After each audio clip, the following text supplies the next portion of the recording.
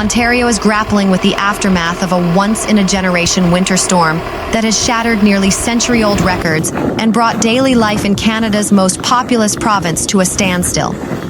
As of January 30th, 2026, residents and municipal crews are entering their fifth day of a massive dig-out operation amid bone-chilling temperatures and lingering flurries. The storm, which peaked on Sunday, January 25th, 2026, delivered a staggering amount of snow in a single day. At Toronto Pearson International Airport, sensors recorded 46 centimeters, 18 inches, of snowfall, officially breaking the previous daily record set back in 1937. Downtown areas and regions closer to Lake Ontario, such as Billy Bishop Airport, saw even higher accumulations, reaching up to 56 centimeters. This surge has officially made January 2026 the snowiest month on record in Toronto's history, with a monthly total of 88.2 centimeters, surpassing all data recorded since 1937. In response to the crisis, the City of Toronto activated its major snow event response plan. This emergency declaration prohibits parking on designated snow routes and streetcar lines to allow hundreds of plows and salt trucks to clear the arterial roads.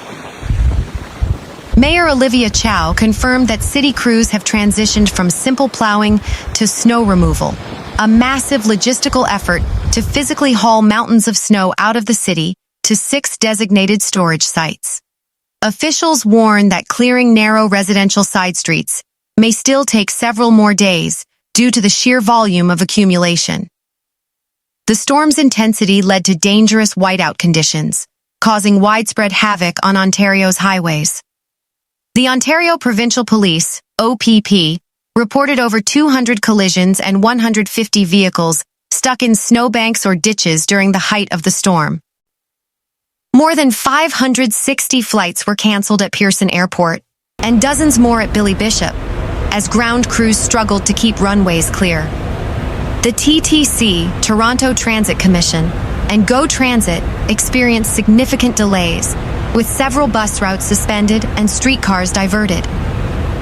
For the first time in years, all major school boards in the Greater Toronto Area, GTA, and Hamilton were forced to close. Higher education institutions, including the University of Toronto, York University, and Toronto Metropolitan University, also suspended in-person classes as the province prioritized public safety. The snow has been followed by a brutal Arctic cold snap. Environment Canada has issued cold warnings for much of southern and eastern Ontario, including Ottawa, where temperatures have plunged to minus 23 degrees Celsius, with wind chills making it feel like minus 35 degrees Celsius. Public health officials have opened emergency warming centers and are urging residents to limit time outdoors, as frostbite can occur on exposed skin within minutes. Has received a cumulative 300 centimeters of snow since November, keeping the city in a month-long high-alert state for snow removal. Continuing to face extreme cold with scattered flurries expected through the weekend. Slight clearing is expected by Sunday, but temperatures will remain well below freezing, complicating the ongoing efforts to clear ice-hardened snowbanks. As Ontario continues to dig out, the resilience of its infrastructure and citizens is being tested by what meteorologists are calling a landmark winter event that will be remembered for decades. Meanwhile, commuters faced a harrowing scene and hours of gridlock on Friday morning after a high-intensity vehicle fire erupted on Highway 401, the primary artery of southern Ontario. The incident, which occurred during the peak of the morning rush hour, sent plumes of thick black smoke visible from several kilometers away and prompted an emergency response from multiple jurisdictions. The emergency call was received by the Ontario Provincial Police, OPP, Highway Safety Division, at approximately 7:15 a.m. The fire broke out in the westbound express lanes of Highway 401 near the Mavis Road/Hurontario Street interchange in Mississauga. Initial reports suggest that a late-model SUV began smoking while in heavy traffic. The driver managed to pull the vehicle onto the narrow left shoulder before it was quickly engulfed in flames. By the time Mississauga Fire and Emergency Services arrived on the scene, the vehicle was fully involved, with flames reaching several meters into the air. Firefighting crews arrived to a fully involved structure fire on the roadway. Due to the intensity of the blaze and the risk of a fuel tank rupture, the OPP took the immediate step of shutting down all westbound express lanes. The heat was so intense that it began to damage the asphalt and the concrete median, said Sergeant Carrie Schmidt of the OPP Highway Safety Division. Firefighters utilized specialized foam to suppress the chemical fire, as standard water application was insufficient against the burning magnesium and fuel components of the vehicle. The closure caused a massive ripple effect across the Greater Toronto Area, GTA, highway network. Westbound traffic was backed up for over 15 kilometers, reaching as far back as the Highway 427 interchange. While the collector lanes remained open, the rubbernecking effect caused significant delays as motorists slowed down to observe the wreckage. Regional bus services, including GO Transit, reported delays of up to 45 minutes for routes traveling through the Peel Region corridor. Miraculously, no serious injuries were reported. The lone occupant of the vehicle, a 34-year-old male from Milton, escaped the SUV just moments before the interior was consumed by fire. He was treated on-site by Peel Regional Paramedic Services for minor smoke inhalation, but did not require hospitalization. Authorities are praising the quick thinking of the driver for navigating to the shoulder, which likely prevented a multi-car pileup in the high-speed express lanes. While the investigation is ongoing, fire marshals believe the cause may be linked to a mechanical failure in the engine bay. Investigators are looking into whether the vehicle model was subject to any recent manufacturer recalls related to fuel lines or electrical short circuits. Cleanup crews from the Ministry of Transportation, MTO, were dispatched to manage a small fuel spill and to assess the structural integrity of the road surface following the extreme heat exposure. As of 1 p.m., 2 express lanes have been reopened, though crews remain on site for debris removal and pavement repairs. Motorists are advised to check real-time updates via Ontario 511 before planning their afternoon commute. The OPP is reminding drivers to carry a fire extinguisher in their vehicles and to never attempt to stay inside a smoking car to retrieve personal belongings. Metal and plastic can be replaced, lives cannot, added Sergeant Schmidt. Meanwhile, a devastating multi-vehicle collision involving approximately 40 vehicles, including several transport trucks, paralyzed the eastbound lanes of Highway 401 through Whitby and Oshawa on Friday afternoon. The massive pileup, triggered by sudden lake effect snow squalls, has left several people injured and forced the total closure of one of North America's busiest transportation corridors. The disaster began at approximately 2:45 p.m. near the Brock Street exit in Whitby.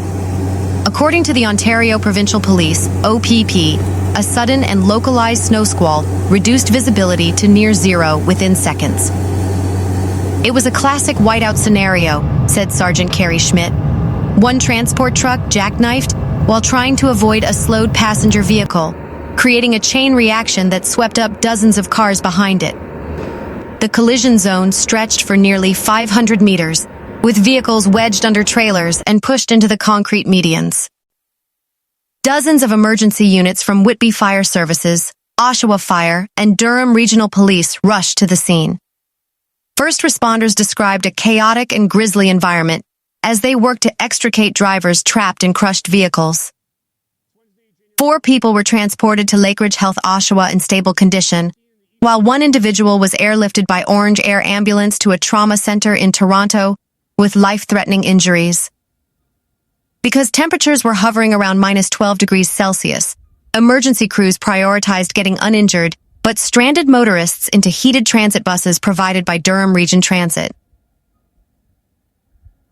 The complexity of the scene was heightened by the involvement of 2 commercial tankers.